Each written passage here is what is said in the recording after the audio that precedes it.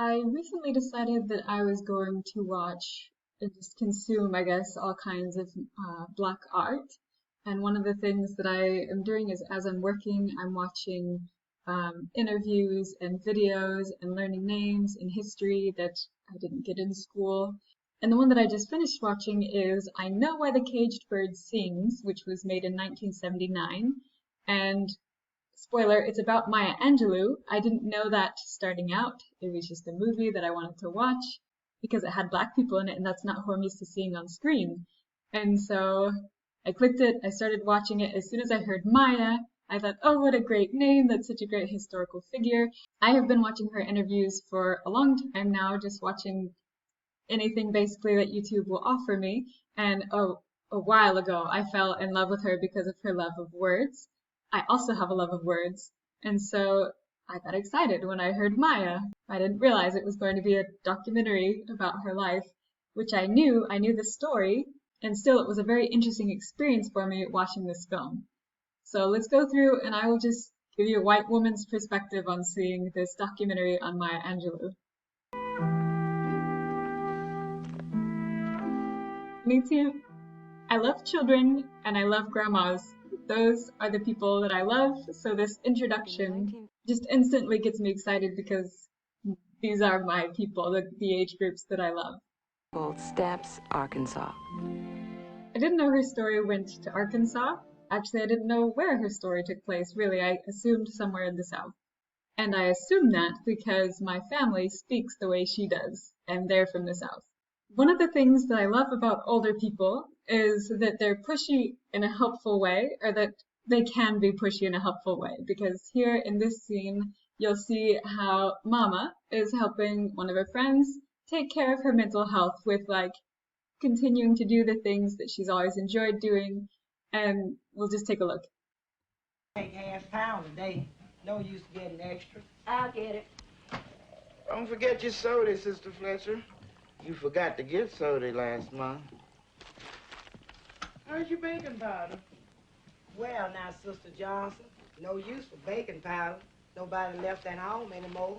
They all gone now. You take this, and you bake something, and you bring it back here for my grandchildren. They'll give your bacon its due. Especially if it's got chocolate in it. That's mighty nice of you. Half-pound, Mrs. Fletcher? Baking really does the soul good, and especially sharing what you bake. It's also healthier to share what you bake, because then you eat less of it. So I've heard. In this scene, they are hiding Uncle Willie, and one of the things that I didn't like right up at the beginning is that one of the father characters in this film, at least he comes across to me as the main father figure for the children towards the beginning. I didn't like that they made him, or that they, I didn't like that the character was disabled, because I think that one thing that people fear is an able-bodied black man. And so I didn't like that Uncle Willie had to have this pass, is that he's a disabled black man. And so he's not going to be harmful, which it's fine. I love disabled people in general. I want, I understand that they are powerful in their own right. I have friends that are disabled and are powerful in their own right, and it's great. I have to do more research on this film. I don't know who made it. It was released in 1979, which that was an interesting time in history to be released. With such a film, I wonder what the audience was. There are a lot of questions that I have, and a lot of things that I love about this movie. But as a white woman sitting in quarantine in 2020, what I didn't like seeing was a pacified character just because he's disabled. But anyway, this is just a scene where I really thought about it. They're hiding him here because some white guy came by and just warned that there was a black man who messed with a white woman, and so he was warning the family to let them know that they need to hide Willie just in case anybody comes by and wants to do horrible things, because that's the way it was in that time, and unfortunately it's still the way it is some places on the earth today. No. Go ahead now, Willie. Go ahead. This shouldn't be. It just shouldn't be.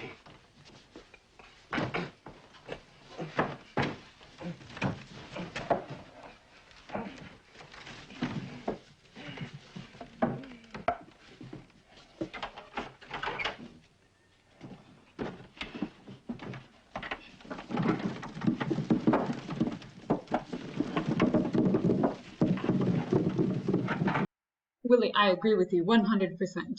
And that is a clever hiding place because you have airspace, and I just no one should have to think about that as a hiding place. But it was a good hiding place.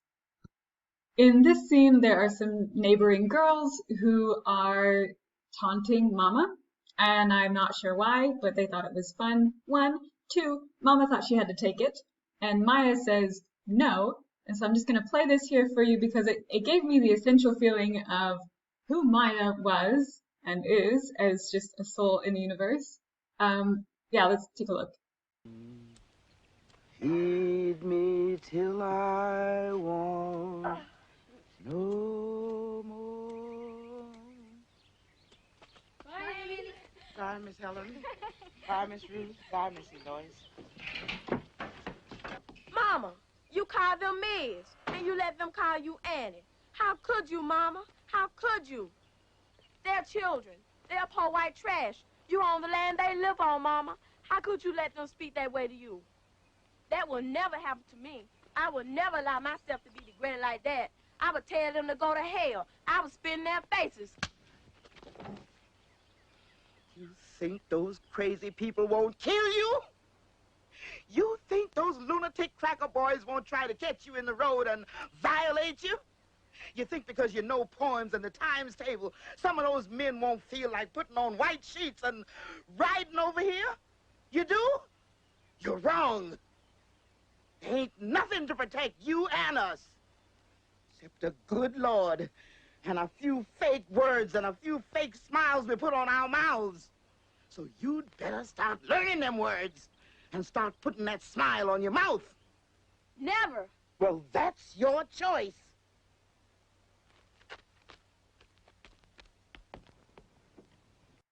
The times tables reference was to earlier when she and her brother were in the shop going back and forth with their times tables, and Uncle Willie made them stop it. And there's that shame which is represented in basically all of our cultures where we have brains, which is everywhere, that is human. And obviously animals have brains anyway. The greater capacity to think, the executive function, where we do the times tables, wherever that part of the brain exists, and we do that, there is this shame because the brain likes to stay the same, the brain likes to stay safe.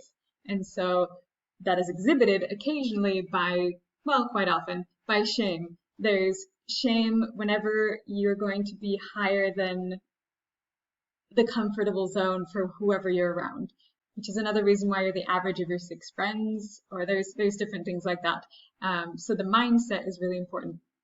She was referring to those timetables. And one more thing, those fake words and fake smiles, that really got to me because I have a hard time seeing through people, I guess. Like, if you say something, I will believe that you mean what you say. And so at least for me, it's difficult to understand people when there is an undertone or an underwriting. So I really appreciate people that are straightforward. It's one of the reasons that I love living in the Czech Republic and in Europe. Though I did discover the other day that there is more truth. The biggest thing to me is that just made me cringe because I know that there's still people that say those fake words and put on those fake smiles because they feel the pressure, and the pressure is real to be able to function and survive in society, and it's wrong. As Uncle Willie said, it shouldn't be.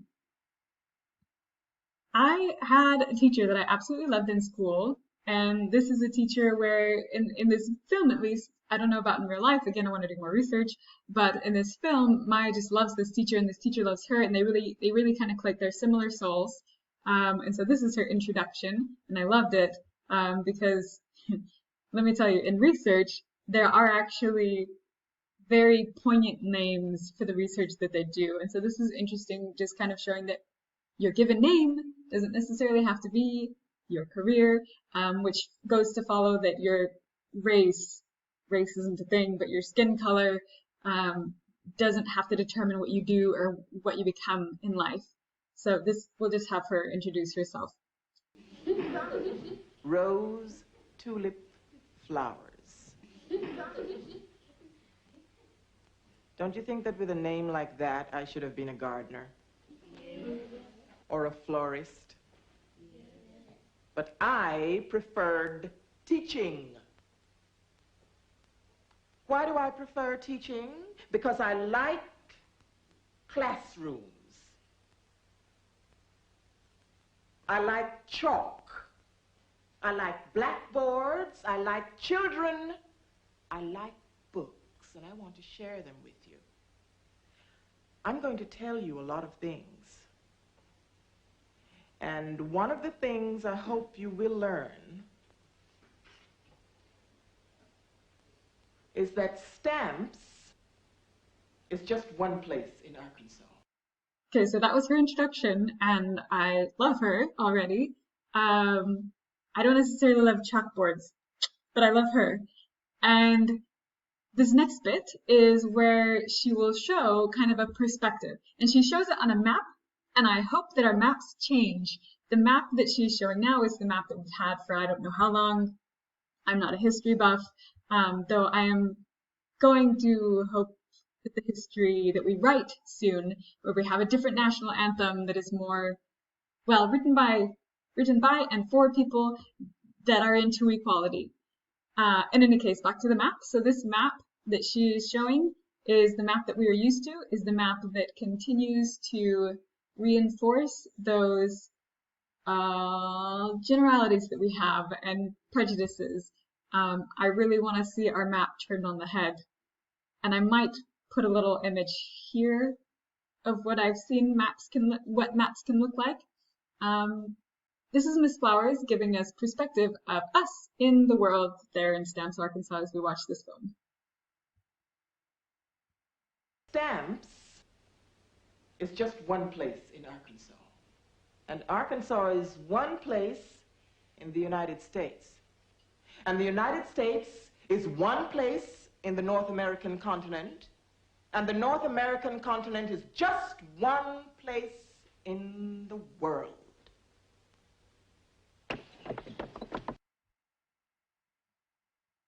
Are you in love with her yet? Because I am. That was fantastic. This next scene is where Maya and Bailey Jr. just got gifts from their parents. And this is about how I would take gifts from my parents that I don't know.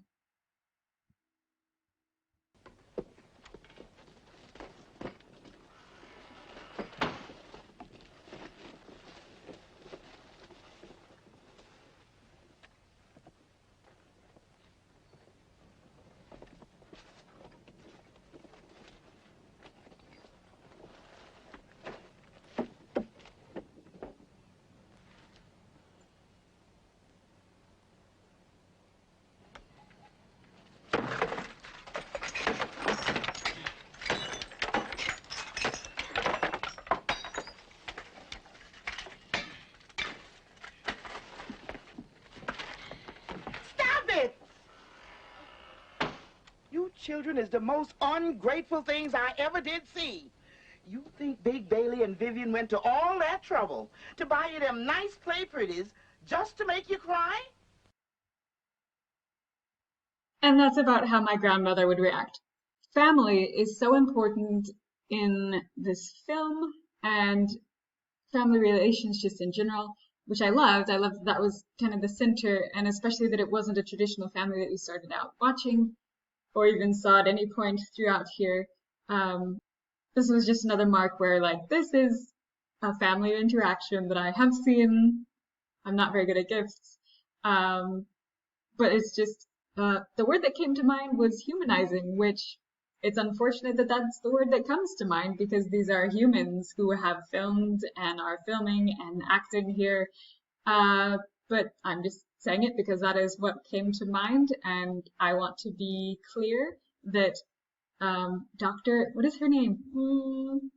whiteness, white fragility. I've been listening to a lot of her stuff also, so I just want to be clear that, like, oh no, there's another one that I have to put here. So it's not just me who has internalized racism, who has white allergies.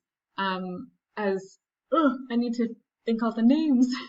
These people that I've been learning. Names are important. I will look them up. I will post them here because I have noted them. But in any case, these humans, it's a very relatable. That's the word that I want to use. That's the word that this is. This is relatable. I love so many things about Mama, and this is where she teaches one to her son. She teaches a lesson, and that is the lesson that I'm continually trying to learn so that I can live it. Once in his mind completely. These clothes. These expensive clothes here. And this here gold watch. You know how much that costs? Well, Big Billy, I hope there's more to life than a price tag. You been attending church?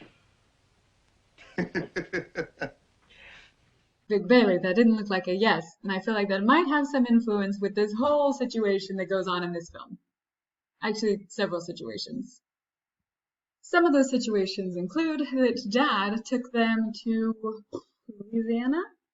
I'll look it up and type it down. And he dropped them off with Mom. So it wasn't that he was taking the kids to live with them. I'm guessing that there was some kind of phone back and forth. You should meet your children. I want my children. You go get the children, bring them to me. I don't know if that's how it went, but that's how I can kind of see it going down. So here we are in a new place with Mom, and there's brothers that come in the scene, brothers of the mom, and so uncles. And it was interesting because to me, that scene, I was glad that it didn't feel threatening to me that there were three men standing over Maya in her bed, especially because Maya, with her reaction, typical, beautiful, strong-willed woman, like, why are you standing over my bed? Why are you in my bedroom? It didn't feel threatening in that moment. However, I'm sure that there was some great videography, like, thought that went into placing this. This man, Mr. Freeman, immediately felt threatening to me, just him sitting alone across from Maya in a room. I then had the reaction where, like, I don't want him to feel, why does he feel threatening? What about it is, and then as he continues to talk, he felt more threatening because he said he does a lot of waiting. And at least for me, I'm sure that Mama would get this gospel reference that, well, it's not a gospel reference. It's a cultural reference, I guess. I don't know. The reference is idle hands at the devil's workshop. And so if we do a lot of waiting, I can only imagine, what happens. It's not good. There's not a devil's workshop. Just that phrase gives me anxiety, so whenever I have to wait, I try to be doing something so that I don't become the devil's workshop. Just to see what you feel, I'm going to play that scene, and we'll see what happens. We'll see how you feel about it.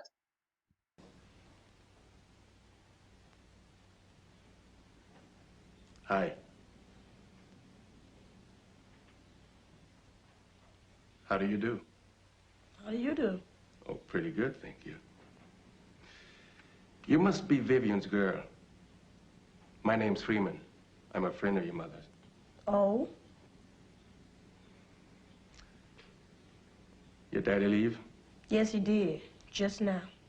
You sorry to see him go? No. You know, I never liked my daddy neither. My mother's not home. No, your mother's not home. Your mother's hardly ever home. She's a very busy woman. Very, very busy. And me, I'm not so busy. So I wait for her. And you know something? I spend a lot of time waiting. What do you do?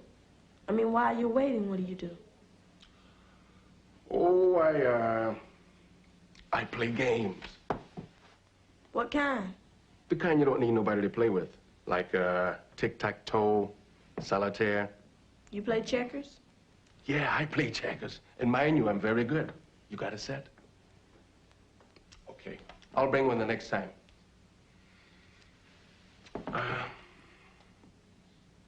Okay, I got something. Come here. This next bit made me super uncomfortable because I have a bubble and I'm very protective of this Maya, who she's a strong woman. I just such I'll play the scene for you. Tell me how you feel. Put your hand in mine. Okay. See? It's like patty cake, only more fun. You see, the point of this game is for you to get your hand out of mine before I can slap it, like this. Oh, you learn fast. All right, now it's your turn. Ow! Nice, nice. John? That is what's called foreshadowing, because that game does go awry later in the film, and that is the game that drunk Mr. Freeman plays with Maya, who asks early on, "Are you okay? Like, you're acting weird." She does get raped by this man, and this part I've heard Maya Angelou tell herself about this rape and why she was silent for 6 years, which I don't think this film quite covers those 6 years, which is why I wonder how exactly that played out. But so the short of it is that, because I want to get to the really inspiring part that I love, and this is already too long, it's fine, whatever. I hope you watch the film. The film is slightly longer, but it's also amazing. So Maya gets raped by Mr. Freeman. Her brother, Bailey Jr., gets her to say who it was. Mr. Freeman is later found dead. Her three uncles may or may not have done it, kicked him to death. And so Maya took it as her words, the words that came out of her mouth, killed that man. And so for 6 years, she did not speak. So this is her mom, who, the reason why they didn't know their parents, Maya and Bailey, didn't know their parents growing up was because mom couldn't take care of them, just felt overwhelmed. So here, mom, who was working so much that she wasn't home, that Mr. Freeman was waiting so much that he had time to rape her daughter, she tried to do all the things. She didn't beat her child, though people suggested to do that Maya just needed a good beating and then she would be fine, because that sounds right. So what eventually happens is mom can't take a non-verbal child, and she says, "You're going to have to go back with your mama." And I'm sure Maya was very disappointed. She, at least in this film, was not enjoying her new surroundings. And so she got to go back. Bailey Jr. was, however, enjoying the surroundings, aside from his sister getting raped, which I'm sure, I don't want to say put a damper on his spirits there, but probably. And so they go back with Mama and Willie, Uncle Willie. And there, it felt like it played out a little too quickly for me, where Maya still wasn't speaking when she was there, and then her teacher, Miss Flowers, came and started reading to her, and she was reading A Tale of Two Cities, which, of course, those words, the introduction just to starting out, she knew that was going to get Maya, and it did. In the film, again, I wonder how this played out in history. If you know, please send me a link in the comments, because I would love to see that. I've been searching and I will continue to search because I love Maya Angelou, Dr. Maya Angelou, and I will continue to look. But if you put it in the comments, I'll be very grateful. If you've made it this far, good on you. Leave me a comment below. But that tells me where to find more of Maya Angelou's story and how this played out in real life. Ooh, she probably has a biography, an autobiography, a book. She probably has a book. I'm not very good at reading. I'm very good at watching things and listening. But I will try. Book on tape. I have to go look. I'll go look. Okay, so teacher helps Maya start speaking again. She's only 13 at graduation. Again, I don't think that quite covered the 6 years. But the speech that she gave came after a white man's speech, which, let me just play a piece of that, and let me know what you think about just the discomfort there. If you feel discomfort, let me know if you feel anything in this moment. We are departing a bit from our prepared program because our guest speaker today, who is also our friend, came from Texarkana to deliver the commencement address. Has anybody done a study on if double chins make someone more believable? Deliver the commencement address. But due to the irregularity of the train schedule, he is going to, as they say, speak and run. Also, I wonder what it was like to be a minority on that film set. That would just be so interesting. Oh, who is this guy? And without further ado, I'd like to introduce you to Mr. Edward Dunleavy.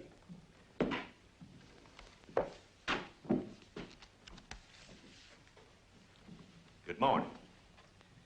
I'm glad to be here and see the things going on here at this school just as they are at the other schools.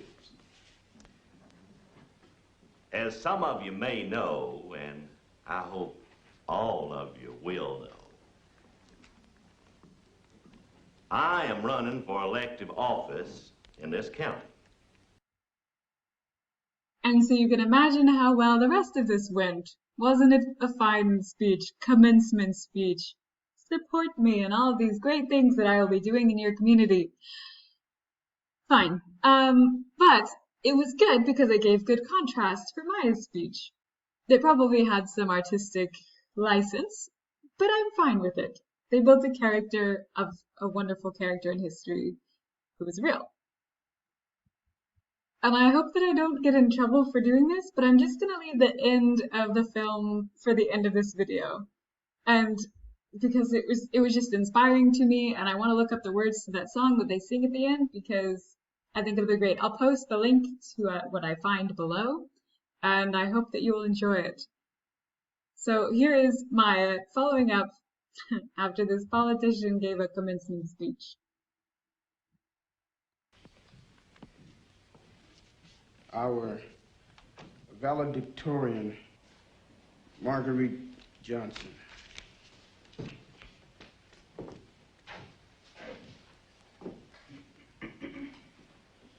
Mr. Principal, dear teachers, fellow graduates, dear parents and friends, our speaker just told us that he was improving the education facilities in Stamps. He's given us a chance to become basketball players and cooks. Well, I want to thank Mr. Dunleavy for this chance, but I don't think I'm going to take it. I didn't memorize the whole of the Rape of Lucrece so I could be a cook or a cleaning lady. See, I give Mr. Dunleavy all the rights he wants, but I don't believe he has the right to decide that my only hero has got to be a first-line football tackle. I got other heroes. For example, Edgar Allan Poe, because I liked what he said, and I liked the way he said it. My teachers, because they showed me a map, and on that map, I saw that the world went past Stamps, Arkansas, United States of America, North America continent. And I got another hero, me. And me is not just a proud member of the graduating class of the Lafayette County Training School. Me is a proud member of the Negro race, the wonderful, beautiful Negro race. Well, I want to thank Mr. Dunleavy for the paid playing field, but I'm not going to run on it. I got other things to do.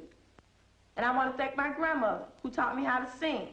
She said that in order to lift your voice, you have to lift your head, and when you lift your head, you're looking at heaven.